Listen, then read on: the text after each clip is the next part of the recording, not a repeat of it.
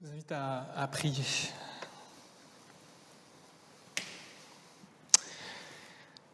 Père éternel, merci pour ce dimanche de la joie, ce dimanche jour de la résurrection, où nous allons célébrer tout à l'heure et te remercier pour ton Fils Jésus, mort et ressuscité pour nous, Seigneur.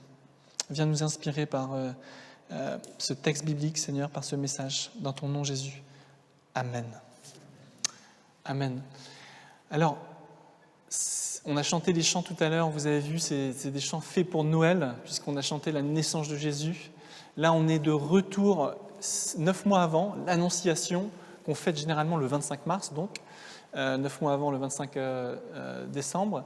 Et la visitation, Annonciation et visitation comme on l'appelle, il y a plein de tableaux qui existent dans les grands musées.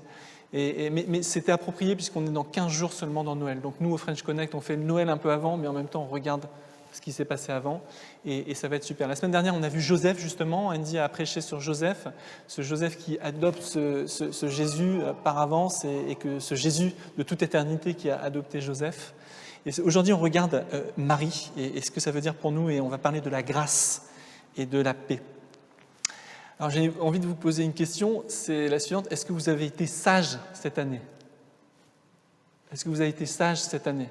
Alors, je ne sais pas si vous vous souvenez, quand on était petit, en tout cas, moi je me souviens, je suis né en 1978, le millénaire dernier, le siècle dernier, mais des fois, parfois, alors pas dans notre foyer, parce que c'était pas trop Père Noël chez nous, pas trop Santa, mais de temps en temps, si mon père avait organisé, souvent au travail, il y avait un Père Noël qui venait, et je venais avec mon père à son travail, et j'avais un cadeau, et donc le Père Noël me demandait « Est-ce que tu as été sage cette année ?» Il disait ça à tout le monde.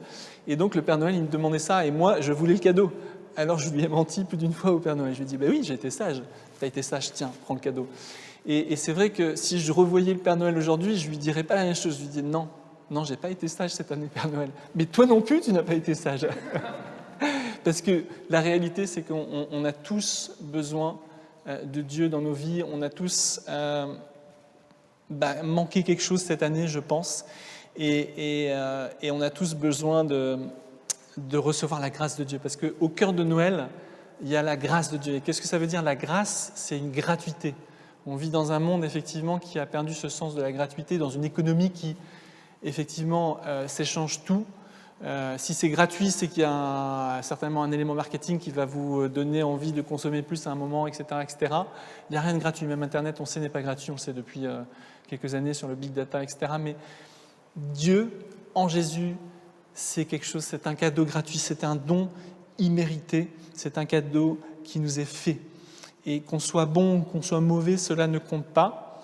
Et donc, Santa, Père Noël, s'il te plaît, arrête de poser des questions pourries. Excusez-moi l'expression, mais c'est bien ça dont il s'agit. La grâce, c'est le concept central de la foi chrétienne, du christianisme. Et on va creuser un tout petit peu plus. Et nous sommes aimés de Dieu, c'est ce qui est premier, et on répond à son amour. Et c'est une grande nouvelle. En Jésus, on peut trouver la plénitude de la vie. En Jésus, il y a de la joie au milieu de la peine. En Jésus, il y a la paix au milieu des tempêtes. En Jésus, qui est venu pour toi, pour moi, donner sa vie. Et donc nous libérer de l'esclavage du péché, de l'esclavage de nos addictions. Alors, qu'est-ce qu'on retrouve dans ce texte de l'Annonciation ? Si vous voulez garder la Bible ouverte, page 75, Luc 1, à partir du verset 26.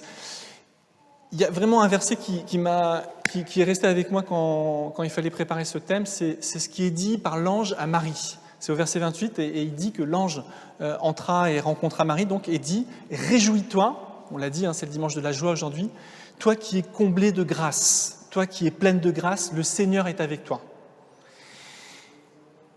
Toi qui es pleine de grâce. C'est dans une autre traduction, dans votre traduction c'est un peu différent. Je te salue, toi à qui une grâce a été faite. Dans une autre traduction, la Colombe par exemple.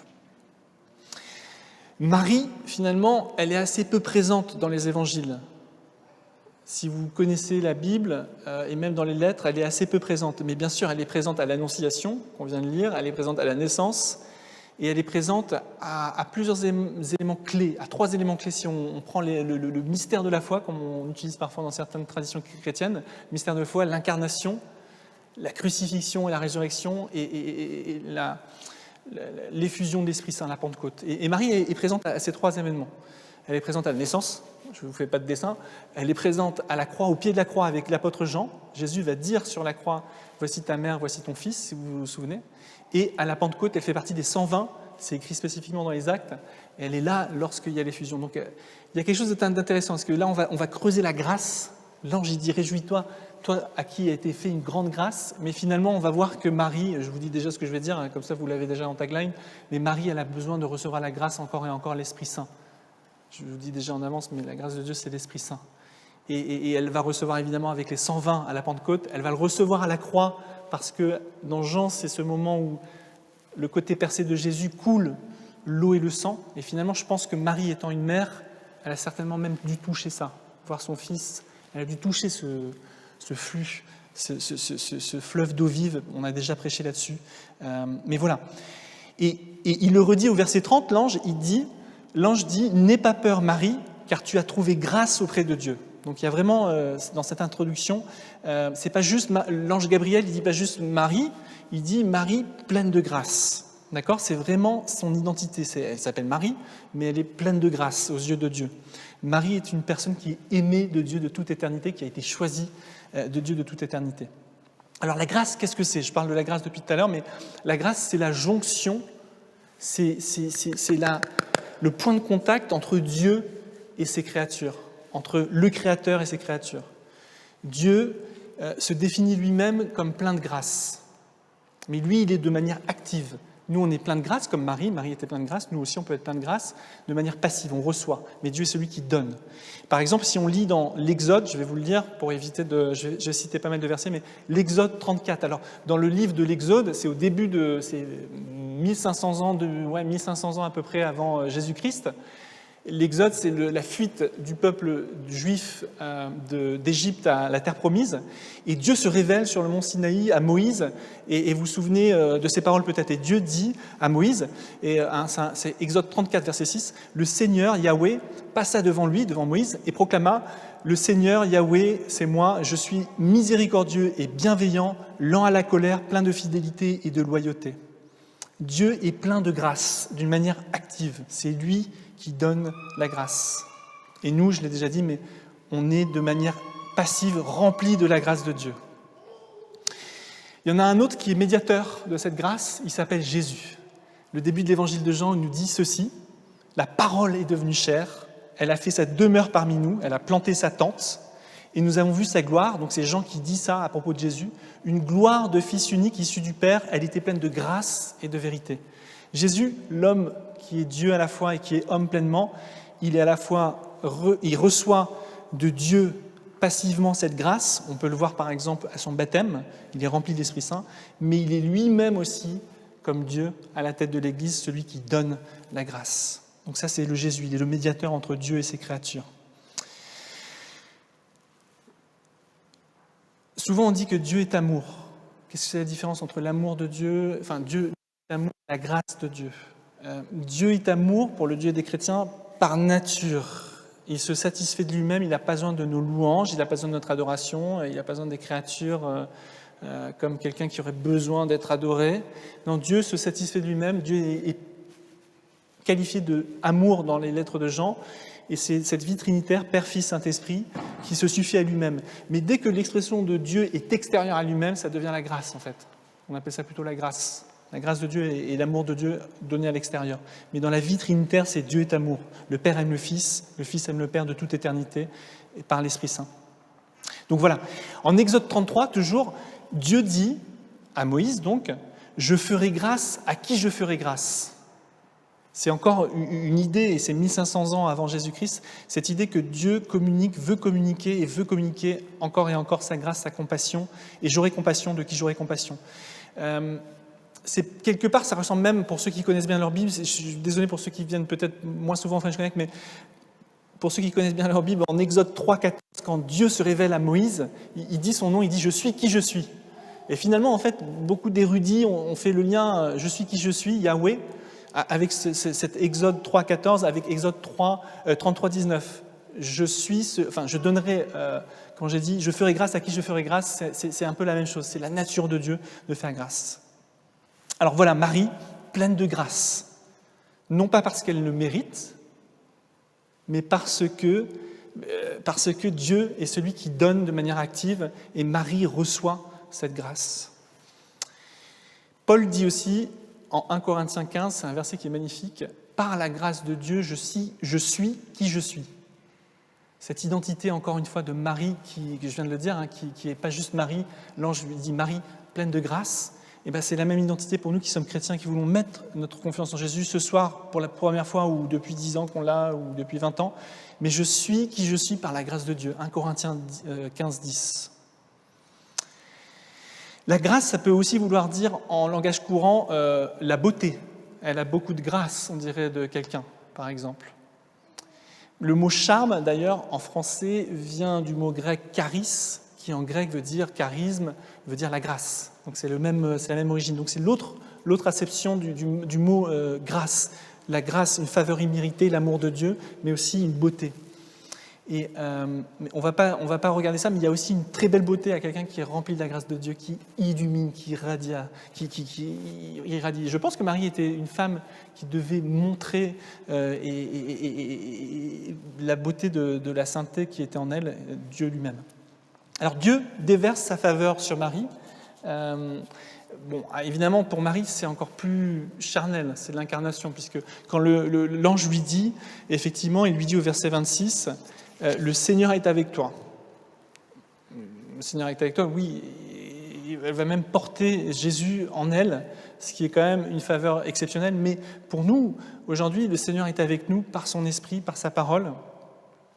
Et ce qui est intéressant, c'est qu'Élisabeth, un petit peu plus tard lors de la visitation, Élisabeth s'écrie « la mère de mon Seigneur ». Donc il y a vraiment cette idée que Marie, elle porte vraiment quelqu'un qui est important, puisque c'est l'enfant qui est Dieu lui-même. Mais le danger, peut-être pour nous, ce serait de focaliser notre attention uniquement sur Marie, qui est pleine de grâce, et d'oublier que si elle est pleine de grâce, c'est que ça vient de Dieu. C'est Dieu qui lui donne cette grâce de façon active. Marie, elle est le récipiendaire, elle reçoit. Et donc, de se focaliser seulement sur le cadeau et non pas sur celui qui donne. Rendons à Dieu ce qui est à Dieu. Et ce qui est important pour nous, c'est vraiment de se focaliser ce soir sur Dieu, sur Jésus, sur la Trinité, le Père, le Fils, l'Esprit Saint. Donc la grâce de Dieu n'est pas un mérite, mais un cadeau. Et c'est dans ce sens-là que Marie l'a bien reçu. Paul écrit... Et je dirais même un petit peu plus loin, on va un petit peu plus loin, cette grâce que Marie reçoit lors de l'Annonciation, qu'elle retrouvera au pied de la croix, je pense, en recevant le sang et l'eau qui jaillit du côté percé de Jésus-Christ, et à la Pentecôte, c'est une grâce qui vient de Christ, de Jésus-Christ. Marie, elle est aussi au bénéfice du sacrifice de son Fils. Paul, il dit en 1 Corinthiens 4, « Je rends toujours grâce à Dieu, donc je remercie Dieu, à votre sujet, donc il parle à une église, à des chrétiens, pour la grâce de Dieu qui vous a été accordée en Jésus-Christ. » Marie est déjà au bénéfice de cette grâce. Et c'est Dante qui disait, apparemment, j'ai eu cette citation, Marie est dans ce sens la fille de son Fils. Elle reçoit de Jésus, elle est déjà au bénéfice de ce que Jésus va faire à la croix. Et évidemment, en Marie, on contemple déjà ce que Jésus va faire dans sa vie, dans le Nouveau Testament. Encore un verset de la Bible, magnifique de Paul, Tite, qui dit ceci, en 2,11, « Car la vie s'est manifestée, la grâce de Dieu, source de salut pour tous les humains. » Il y a vraiment cette connexion entre Jésus-Christ qui vient, incarnation, qui vient vivre et mourir à la croix, ressuscité, qui est ce salut pour tous les humains. Paul le redit encore et encore dans plein d'autres lettres. Et quand on comprend qu'on peut avoir accès à ce cadeau immérité de la grâce de Dieu, parce qu'on en a besoin, ça on vit aussi dans une société où on a peut-être perdu cette idée, mais pourquoi est-ce que j'aurais besoin de la grâce de Dieu ? On a tout simplement besoin parce que, est-ce que vous avez été sage cette année ? Non. Et que Dieu veut vraiment nous débarrasser de l'esclavage du péché et du péché. Le mot en grec pour dire remerciement, certains d'entre nous vous le savez aussi, c'est eucharistène, Et c'est aussi basé sur le mot charis, que j'ai mentionné tout à l'heure, parce qu'il est lié à charme, mais charis qui veut dire grâce. Donc en fait, c'est pour ça qu'on dit des fois, pour remercier, on rend grâce. On reçoit la grâce qui nous est donnée et on rend grâce. Et la réponse appropriée de la grâce de Dieu, c'est la louange. Évidemment, on chante ici à l'église, non pas pour faire un joli karaoké, non pas parce que les artistes sont super bons, mais c'est parce qu'on veut exprimer notre louange, notre remerciement. Et d'ailleurs, je me suis laissé entendre dire qu'en hébreu, il faudrait que je demande à Andy, mais il n'y a pas de mot pour dire merci en fait en hébreu. Dans l'Ancien Testament, en fait, on dit jamais merci. En fait, on loue le Seigneur, on exulte, on magnifie le Seigneur. Et c'est pour ça que Marie, après, dans ce qu'on appelle le Magnificat, ce qui est les versets, vers le verset 40 de notre texte que Viviane a lu, elle magnifie le Seigneur. Elle était juive, elle ne dit pas merci finalement, elle ne dit pas merci de ce que le Seigneur me fait, mais elle exulte, elle dit « Je magnifie le Seigneur ». C'est un peu comme un psaume en fait. Je suis transporté d'allégresse en Dieu, mon Sauveur, parce qu'il a porté les regards sur moi, son esclave. Désormais, en effet, chaque génération me dira « heureuse, bienheureuse », parce que le Tout-Puissant a fait pour moi de grandes choses, son nom est sacré, etc. etc. Elle le remercie, et c'est pour ça qu'on loue le Seigneur. C'est pour ça qu'on veut, et tout à l'heure à la table de communion, à la table de l'Eucharistie, on va remercier le Seigneur, on va rendre grâce. Donc la grâce, c'est le premier principe de la foi chrétienne, et c'est d'ailleurs pour ça que beaucoup de lettres dans le Nouveau Testament commencent par ces mots. Paul, Jean, Pierre reprennent souvent ces mots. Ils disent, par exemple, si je prends le début de la lettre aux Corinthiens, Paul il dit « Grâce et paix à vous de la part de Dieu notre Père et du Seigneur Jésus ». Il y a tout le temps cette idée que la grâce et la paix, et c'est là où je fais le lien avec notre thème, Jésus, prince de la paix. La paix de Dieu, c'est sa présence parmi nous, ce n'est pas l'absence de conflit ou de tempête, c'est la présence de Dieu. Et encore une fois, c'est lié à la grâce de Dieu, c'est lié à sa présence par son Esprit Saint, ou sa présence tout à l'heure quand on va prendre le pain et le vin.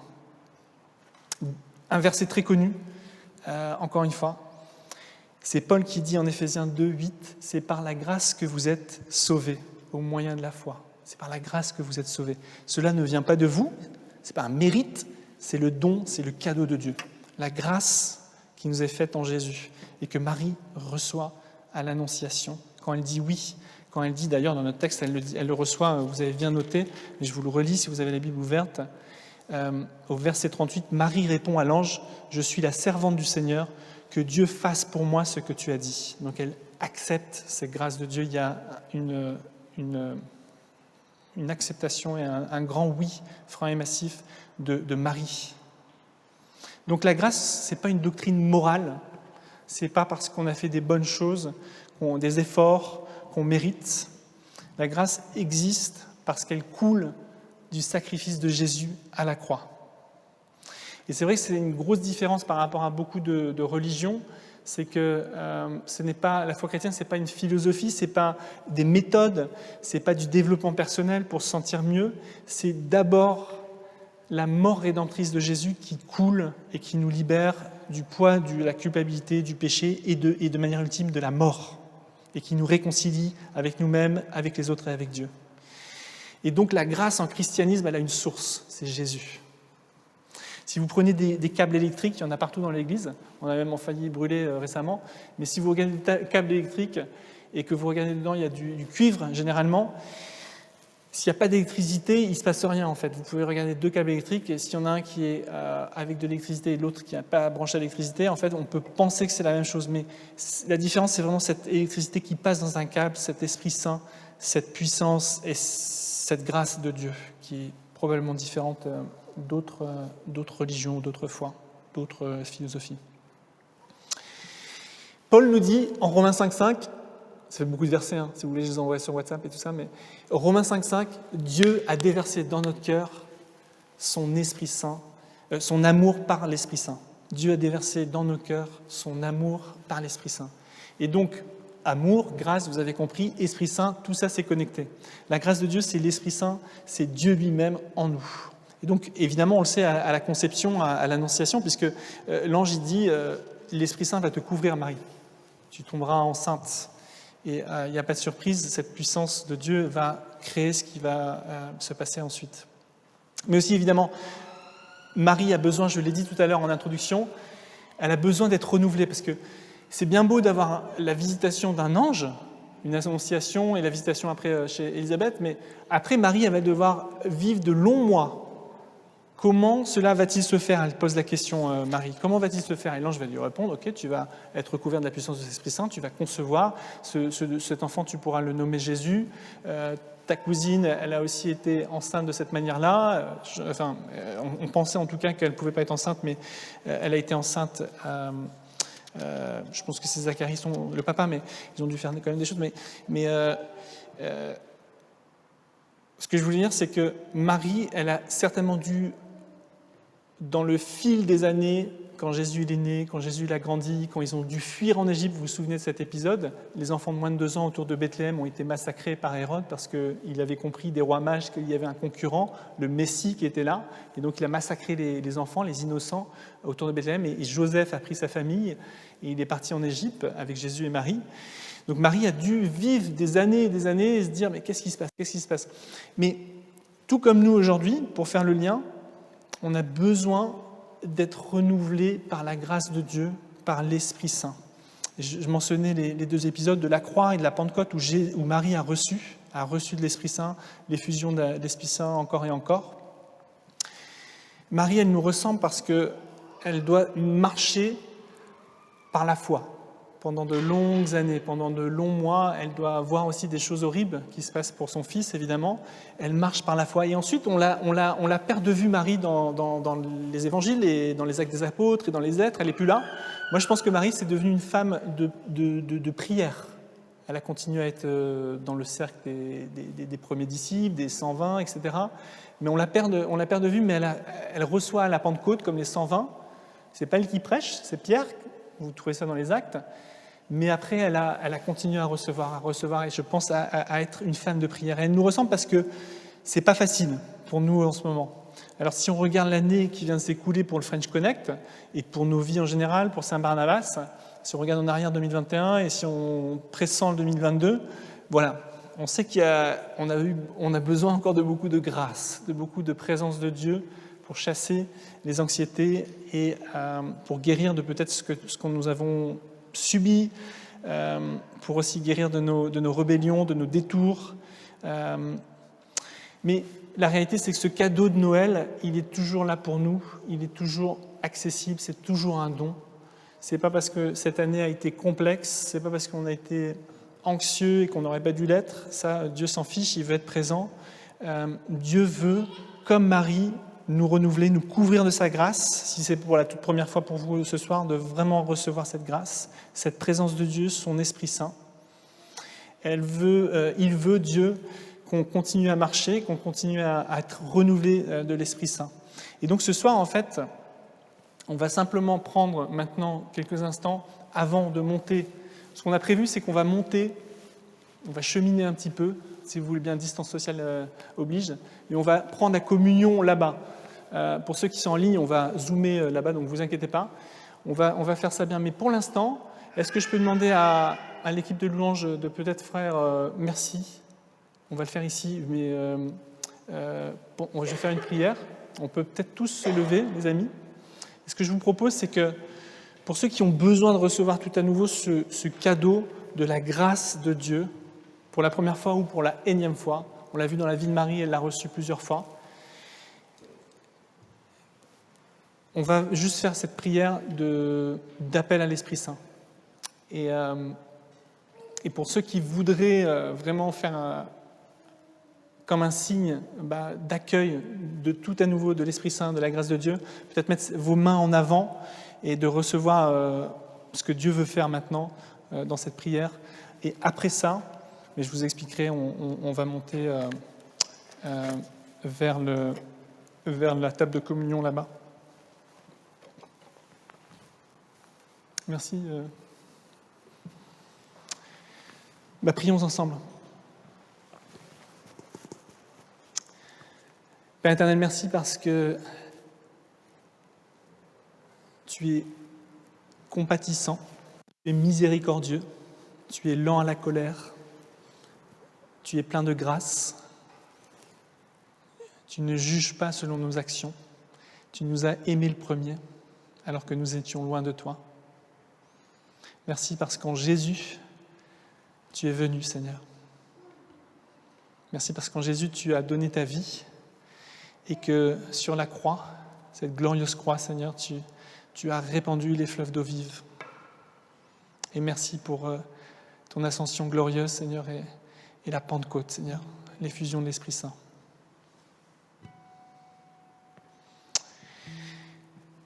On prie, Seigneur, viens, Saint-Esprit, déverse ta grâce, Seigneur.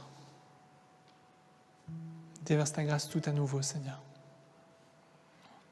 Déverse ta grâce peut-être tout à l'heure en recevant le pain, en recevant le vin.